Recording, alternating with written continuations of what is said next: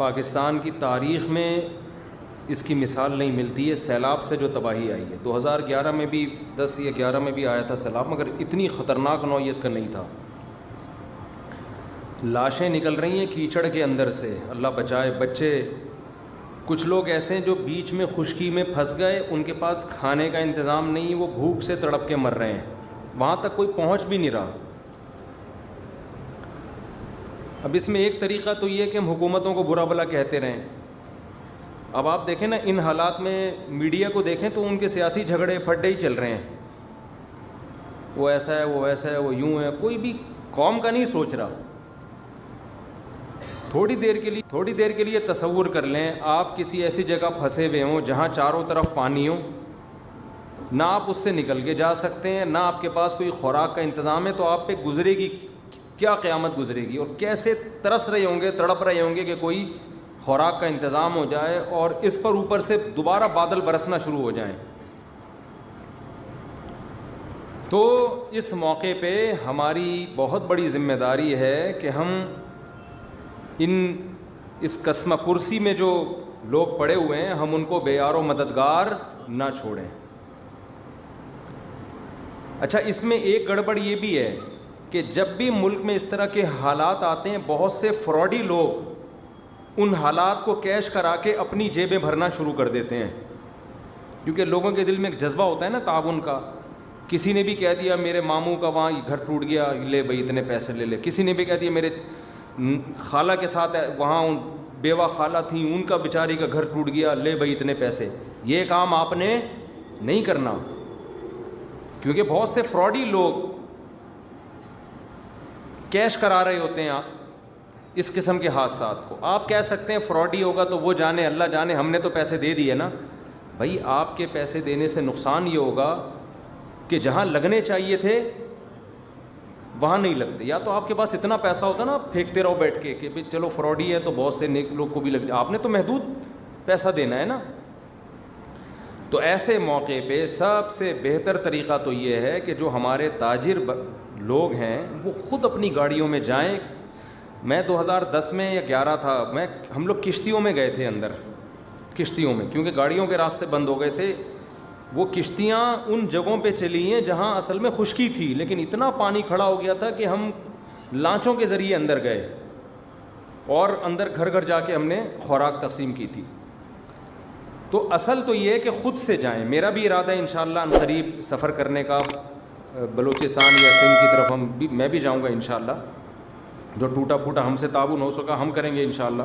اور میرا ارادہ ہے پاک ایڈ ویلفیئر ٹرسٹ کی طرف سے جانے کا، کیونکہ جو ٹرسٹ ہوتے ہیں، جو ریلائبل ٹرسٹ ہوتے ہیں، ان کو اندر کے حالات پتہ ہوتے ہیں۔ اب ہم جائیں تو ہم تو اجنبی ہیں نا، تو ہمیں کیا پتہ کہ کہاں کیا ہو رہا ہے۔ تو خود سے میرا بھی ارادہ ہے انشاءاللہ جانے کا، لیکن آپ بھی کوشش کریں خود سے جائیں، اور ایسا نہیں کہ کنارے پہ بس خوراک بانٹ کے آ جائیں آپ لوگ۔ ہمیں بہت افسوس کے ساتھ کہنا پڑتا ہے کہ جب میں 2010 یا 11 تھا، مجھے صحیح وہ سال یاد نہیں ہے، میں گیا تھا سیلاب زدگان کی مدد کے لیے، تو میں نے بعض ٹرسٹوں کو دیکھا، بعض، سب کی بات نہیں کر رہا، خوب سمجھ لیں۔ بعض لوگ کیا کر رہے تھے، شہر میں نا لائن لگا کے خوراک بانٹ رہے ہیں، ویڈیو بنا رہے ہیں اور میڈیا پہ ڈال رہے ہیں، اور اندر بالکل بھی کام نہیں ہے جہاں لوگوں کو زیادہ ضرورت ہے۔ جو پانی میں اندر دور دراز گاؤں میں لوگ پھنسے ہوئے ہیں، ان تک کوئی بھی نہیں جا رہا تھا۔ کچھ تھے مخلص، کوئی بھی نہیں جا رہا کا مطلب نہیں کوئی بھی نہیں، کچھ تو مخلص ہر جگہ ہوتے ہیں، لیکن بہت سے لوگ یہ کام کر رہے تھے۔ ہمیں افسوس اس پر ہو رہا تھا کہ یار جہاں چینل کی طرف سے کوریج ہو رہی ہے وہاں تو ایسی خوراکیں بانٹی جا رہی ہیں جہاں کوئی چینل والا جانے کے لیے تیار نہیں ہے۔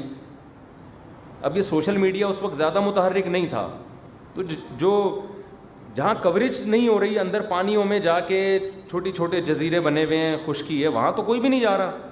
وہاں چونکہ کوئی کوریج دینے کے لیے تیار نہیں ہے تو وہاں خوراکیں تقسیم نہیں ہو رہی ہیں۔ تو یہ بھی کچھ تھوڑا سا، بعض ٹرسٹ ایسے ہیں جن پہ ٹرسٹ نہیں کیا جا سکتا، اچھے بھی ہیں برے بھی ہیں، دونوں طرح کے ٹرسٹ چل رہے ہیں۔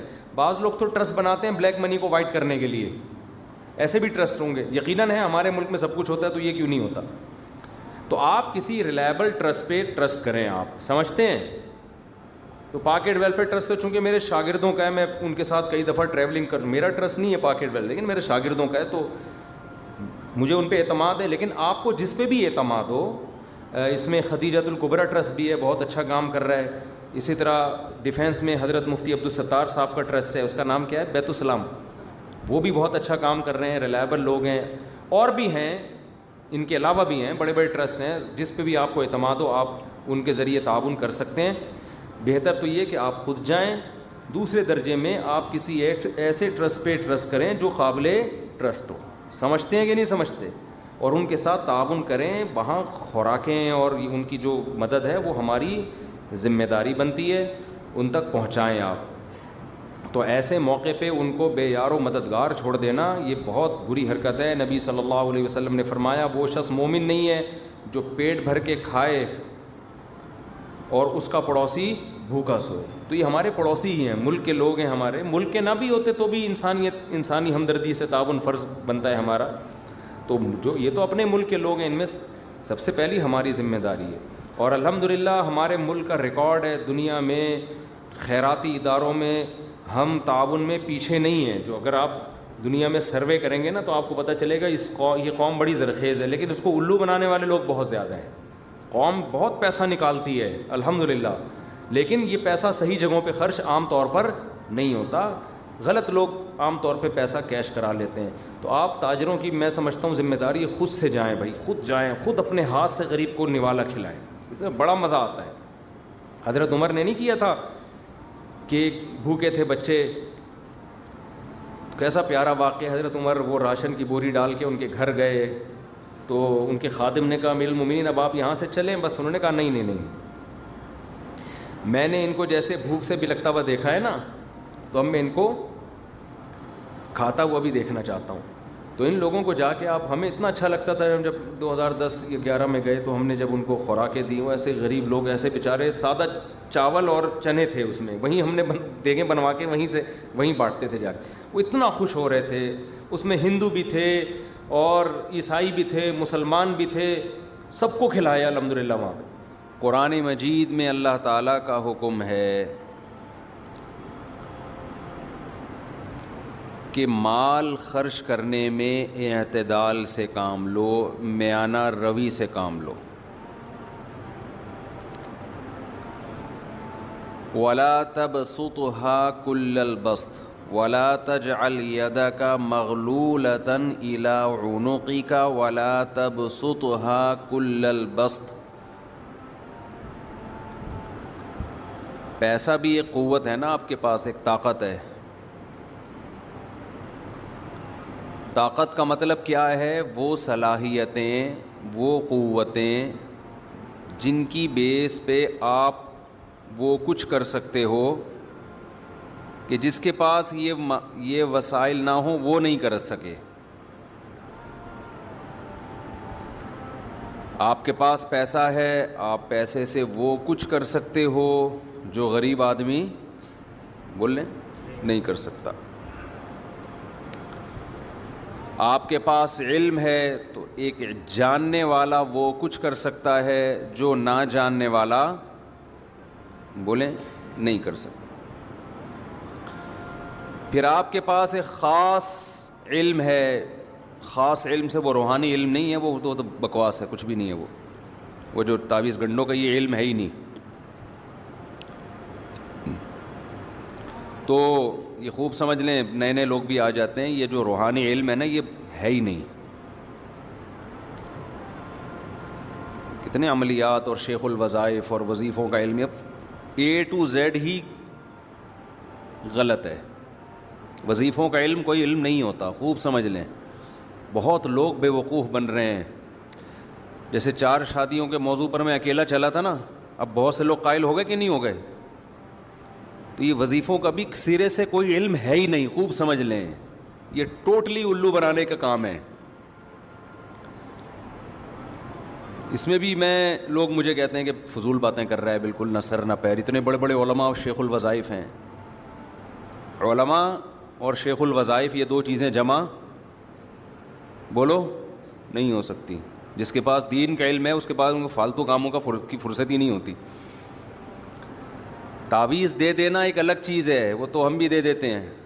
دم کر دینا رقیہ کے طور پہ ایک الگ چیز ہے, وہ تو صحابہ نے بھی کیا, ہم بھی کرتے ہیں, بزرگان نے, کوئی بھی مسجد کے امام سے کروا لو. یہ علم جو ہے نا, علم آتا ہے, آتا واتا کیا ہے آپ کو, کیا ہے یہ, اس کا کوئی سلیبس, کوئی نصاب, کوئی مدرسہ, یہ سینہ بسینہ چل رہا ہے. کہتے ہیں سینہ بسینہ, سینہ بسینہ کا مطلب کچھ بھی نہیں ہے, کبھی کوئی ٹریس ہی نہیں ہو سکتا. جس کے سینے سے لیا ہے اس کے پاس کیا دلیل ہے کہ اس کے پاس آیا ہے. یہ روحانی جو فضول لوگ ہیں نا, روحانی علاج جو کرتے ہیں, ان سے پوچھو تم نے یہ علم کہاں سے حاصل کیا. جو علوم ہے, اچھا علم بھی نہیں کہتے اس کو, کہتے ہیں علوم. کہتے ہیں ہمارے پاس کیا ہے, علوم. کیونکہ علم کہتے ہیں نا تو وہ پکڑائی میں آتا کون سا علم ہے, تو علوم کہہ دیے, اتنے سارے ہیں, اب کیا پتہ چلے گا کون سے ہیں بھائی, بہت سارے ہیں بھائی, ہم نہیں بتا سکتے, بہت سارے علوم ہیں. آپ مجھے دیکھ لو, میں ان کے خلاف اتنا چیختا ہوں, میرا کیوں کچھ نہیں بگاڑتے, یہ بگاڑ ہی نہیں سکتے, ان کا علوم ہی نہیں ہے. میں کسی ڈاکٹر کے خلاف اتنا چیخوں, میرا بگاڑے گا کہ نہیں بگاڑے گا, وہ ٹیکا لگا کے چلا جائے گا, میں مر جاؤں گا, غلط دوا کھلا دے گا, مر جاؤں گا. سیاستدان کے خلاف بولوں صبح شام, بگاڑے گا کہ نہیں بگاڑے گا. کیا ہو گیا, میں ایک دم جذباتی ہونا شروع ہو جاتا ہوں یہ ٹاپک جب آتا ہے, اس لیے کہ اس میں علم کے نام پہ, بزرگی کے نام پہ جو الو بنایا جا رہا ہے نا, کسی فیلڈ میں اتنا الو. خلافتیں مل رہی ہیں بزرگوں سے, ان روحانی علاج والوں کو. اتنے بڑے بڑے ہمارے اکابر ہیں, بزرگ ہیں, جن کو ہم بھی مانتے ہیں, وہ خلافت دے رہے ہیں ان کو. ارے کیا سوچ کے تو آپ خلافت دے رہے ہیں, کیا ہے اس کے پاس, شیخ الوظائف ہیں یہ. جب بڑے علماء کو ان لوگوں نے بیوقوف بنایا ہوا ہے, تو آپ اور میں کس کھیت کی مولی ہیں. میں ان بڑے علماء سے بدگمان نہیں ہوتا, یہ خوب سمجھ لیں. لوگ کہتے ہیں اتنے بڑے حضرت جی سے خلافت ملی ہے, یہ کیسے غلط ہو سکتے ہیں.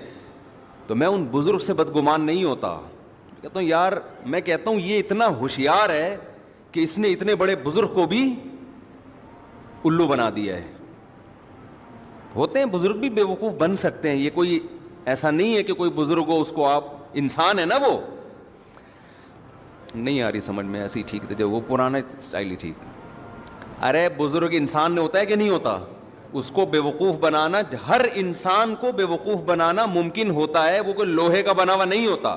کچھ لوگوں کو مشکل ہوگا, کچھ کو آسان ہوگا, لیکن یہ نہیں ہے کہ کوئی انسان ایسا بن جائے کہ اب وہ اس کو کوئی کبھی بیوقوف کا لفظ ذرا نامناسب ہے, یوں سمجھے دھوکہ دینا. یہ بیوقوف کا لفظ ہٹاتے ہیں ہم, کہ کسی بھی بزرگ کو دھوکہ دینا یہ ممکن ہے. لوگوں نے پیغمبروں کو دھوکے دیے ہیں. ہمارے نبی صلی اللہ علیہ وسلم کے پاس منافقین آئے تھے نا, اسلام ظاہر کر کے کہ ہمارا قبیلہ مسلمان ہوا ہے, کچھ لوگوں کو بھیج دیں علماء کو, ہم ان کو تبلیغ کریں گے. ایسی چکنی چپڑی باتیں کی کہ ہمارے نبی صلی اللہ علیہ وسلم نے حفاظ اور علماء صحابہ کو بھیجا, انہوں نے لے جا کے سب کو شہید کر دیا. تو منافقین تو پیغمبر صلی اللہ علیہ وسلم کو بھی دھوکہ دے سکتے تھے. تو بشر ہیں, انسان ہیں, اللہ نے پھر آپ کو مطلع کیا, لیکن جو نقصان ہونا تھا وہ ہو گیا. تو یہاں یہ جو روحانی علاج والے ہیں, یہ بھی بزرگوں کو دھوکہ دیتے ہیں, بیوقوف بنا دیتے ہیں. بزرگ بیچارے انسان ہے, وہ خلافت دے دیتے ہیں کہ اتنا نیک آدمی تو میں نے پہلی دفعہ دیکھا ہے. بلکہ وہ سوچ رہے ہوتے ہیں جن کو دیوی ہے ان سے لے کے انہی کو دو. اصل تو یہ ہے, یہ ایسے چکنی چپڑی باتیں کرتے ہیں یہ جو وظیفوں کے شیخ ہوتے ہیں. چھوڑ دو, نہیں چھوڑیں گے, مجھے پتہ ہے نہیں چھوڑیں گے. ہم تو مدرسوں میں سمجھا کے تھک گئے, ہمارے اپنے شاگرد جاتے ہیں روحانی عاملوں کے پاس, خلافتیں لے کے آ رہے ہیں, ایسے چکنی چپڑی باتیں کرتے ہیں یہ. اور مجھے تو کم از کم یہ نہ بتایا کریں کہ وہ جو روحانی عامل ہے وہ تبلیغی ہیں, تو وہ جہادی ہیں, وہ آپ کے فلانے کے خلیفہ اور ڈمکانے. میں ان سے قطعاً متاثر بولو نہیں ہوتا, مجھے ان کی اوقات پتہ ہے الحمدللہ. جس کا دنیا میں کوئی کاروبار نہ چل رہا ہو وہ تعویذ گنڈوں کا بزنس کرتا ہے, خوب سمجھ لو. اور یہ جو کہتے ہیں نا پیسے نہیں لیتے, یہ بہت ہوشیار ہوتے ہیں جو پیسے نہیں لیتے. حقیقت بتا رہا ہوں, میں جب نکاح کی فیس نہیں لیتا تھا زیادہ پیسے آتے تھے. اب جب فیس متعین کر دی, 1 روپیہ بھی کوئی اس سے زیادہ نہیں دیتا. حقیقت ہے, جب نکاح کے پیسے نہیں لیتا تھا نا تو جیب میں ہاتھ ڈالے ہدیے کے طور پہ جتنے آئے دے دیے. نہیں میں نے کہتا نہیں بھائی میں پیسے نہیں لا رہے, مفتی صاحب پکڑے نا. اب جب ہم نے فیس متعین کر دی تو اب بارگیننگ ہو رہی ہوتی ہے. ہمارا جو بندہ ہے نا, یار تھوڑا کم کر لیں, آدھے کر لیں, یار غربت ہے, مہنگائی ہے, اس طرح کی.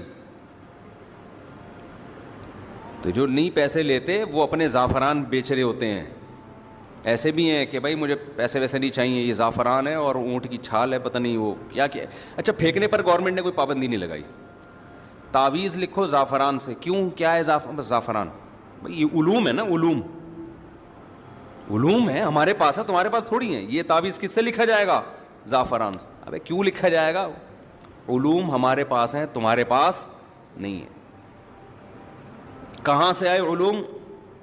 بھائی دو زانوں بیٹھنا پڑتا ہے بڑے بڑے لوگوں کی خدمت میں. جن کے پاس بیٹھے وہ کہاں بیٹھے تھے, وہ اپنے بڑے کے پاس بیٹھے تھے. وہ کہاں بیٹھا تھا, آخر میں سلسلہ کون سے کدھر جا کے ملتا ہے, پتہ نہیں کہاں جا کے ملتا ہے. صحابہ تابعین سے تو نہیں ملتا, نہ کسی انگریز سیاستدان سے ملتا ہے, نہ کسی یونانی حکیم سے ملتا ہے. ایسے ہی ہے جیسے آپ ایک ریگستان میں سفر کر رہے ہیں, آگے پتہ ہی نہیں, خانیوال پہ جا کے دو ہوتے ہیں نا, ایک سرگودا الگ اور لاہور الگ. خانیوال پہ جا کے آپ کو جنگل میں بھیج دیا, کہاں جا رہا ہے بھائی, بس جا رہے ہیں, کوئی سر کوئی پیر نہیں. اور ان کا اثر انہی پر ہوتا ہے جو ان لوگوں پر یقین رکھتے ہیں. اب آ گئی یہ بات تو میں اس کو ذرا نمٹاؤں نا, پھر آدھی بات سے پھر آدھے کلپ بنتے ہیں. تو کیا کہہ رہا تھا میں یار, وہ اعتدال تو ابھی آ رہا ہوں. اچھا مجھے بھی لوگ کہتے ہیں آپ روحانی علاج والوں کے رد میں اعتدال سے کام نہیں لیتے. جو میں اعتدال دیکھو, اعتدال کی ڈیفینیشن کیا ہے. اعتدال کا مطلب یہ نہیں ہے کہ 2 پوائنٹ آپ نے متعین کی اور میں اس کے بیچ میں آ جاؤں. 2 حدوں کے درمیان کو اعتدال کہتے ہیں نا, لیکن وہ حد آپ تھوڑی متعین کریں گے. حد شریعت متعین کرے گی. جہاں شریعت نے رہنمائی نہیں کی وہاں عقل متعین کرے گی. اس کی مثال ایسے جیسے لوگ کہتے ہیں کہ قادیانیوں کے بارے میں اعتدال سے کام لو, ان کو کافر نہ کہو. اعتدال یہ ہے کہ آپ ان کو یہ کہہ دو کہ بھئی یہ ٹھیک ہے مسلم نہیں ہے, لیکن کافر نہ کہو. کافر کہنا بے اعتدالی ہے. یہ بے اعتدالی کی ڈیفینیشن آپ نے خود متعین کی ہے. ہم کہتے ہیں اعتدال یہ ہے کہ کافر کہو, بے اعتدالی یہ ہے کہ قتل کے فتوے نہ لگاؤ. یہ حد سے زیادتی ہو. تو حد متعین کون کرے گا, شریعت متعین کرے گی. اس حد کو کراس کرنا بے اعتدالی ہے. جہاں شریعت نہیں ہے وہاں کون متعین کرے گی, عقل. ایک جعلی حکیم, ایک جعلی ڈاکٹر بیٹھا ہے جس کو کچھ بھی نہیں پتا, وہ علاج کر رہا ہے. ہم کہیں گے نا اس کا کلینک بند کراؤ, اس کا مطلب بند کراؤ, دھرنے دو, جلوس نکالو. اس طرح کے لوگ لوگوں کی صحتوں سے کھیل رہے ہیں. ایک آدمی کہہ رہا ہے بے اعتدالی کر رہے ہو, تو یہ بے اعتدالی کہلائے گی؟ بھائی 2 نمبر جب ہے تو کیوں؟ تو یہ بے اعتدالی نہیں ہے, یہ عین اعتدال ہے جو میں کہہ رہا ہوں. تو میں جلدی سے یہ سمیٹ کے ختم کروں. یہ جو روحانیت کے نام پہ جو کچھ ہو رہا ہے نا, اس میں کوئی کسی کا اور بڑے بڑے علماء کے ساتھ یہ پھلترو کی طرح چپکتے ہیں روحانی علاج والے. میرے ساتھ بھی بہت چپکنے کی کوشش کی, میں نے بھگایا ہے. ان میں ایک چیز ہوتی ہے تمام روحانی والوں میں نا, غیرت نہیں ہوتی. آپ ان کو دھکے دے کے نکالیں, آپ ان کو گالیاں دے کے اپنے پاس سے نکالیں, یہ پھر بھی غصہ نہیں کریں گے. وجہ کیا ہے کہ یہ کام غیرت کے ساتھ کیا ہو گیا, نہیں چل سکتا. غیرت مند آدمی زیادہ پیسے کما نہیں سکتا ہے, سمجھ رہے ہو. آپ ان کو دھکے دو, ان کو گالیاں دو, ان کو برا بلا کہو, یہ پھر بھی چپکیں حضرت حضرت حضرت کرتے. ان کو پتا ہے یار یہ حضرت مشہور ہے, اس کے ساتھ جب تک سیلفیاں نہیں آئیں گی اور یہ سر پہ شفقت کا ہاتھ نہیں رکھے گا ہم دنیا میں مشہور نہیں ہوں گے. ایسے دکانیں بناتے ہیں نا اپنی آپ کی. بڑے بڑے علماء کے ساتھ اسی طرح بیٹھتے ہیں. ظاہر ہے علماء بااخلاق ہوتے ہیں, جب وہ کوئی اتنی عزت دے رہا ہوتا ہے وہ بھی سمجھتے ہیں بیچارہ نیک آدمی ہے, بٹھا لیتے ہیں. پھر اپنے اوپر علماء دم کروا رہے ہوتے ہیں ان سے.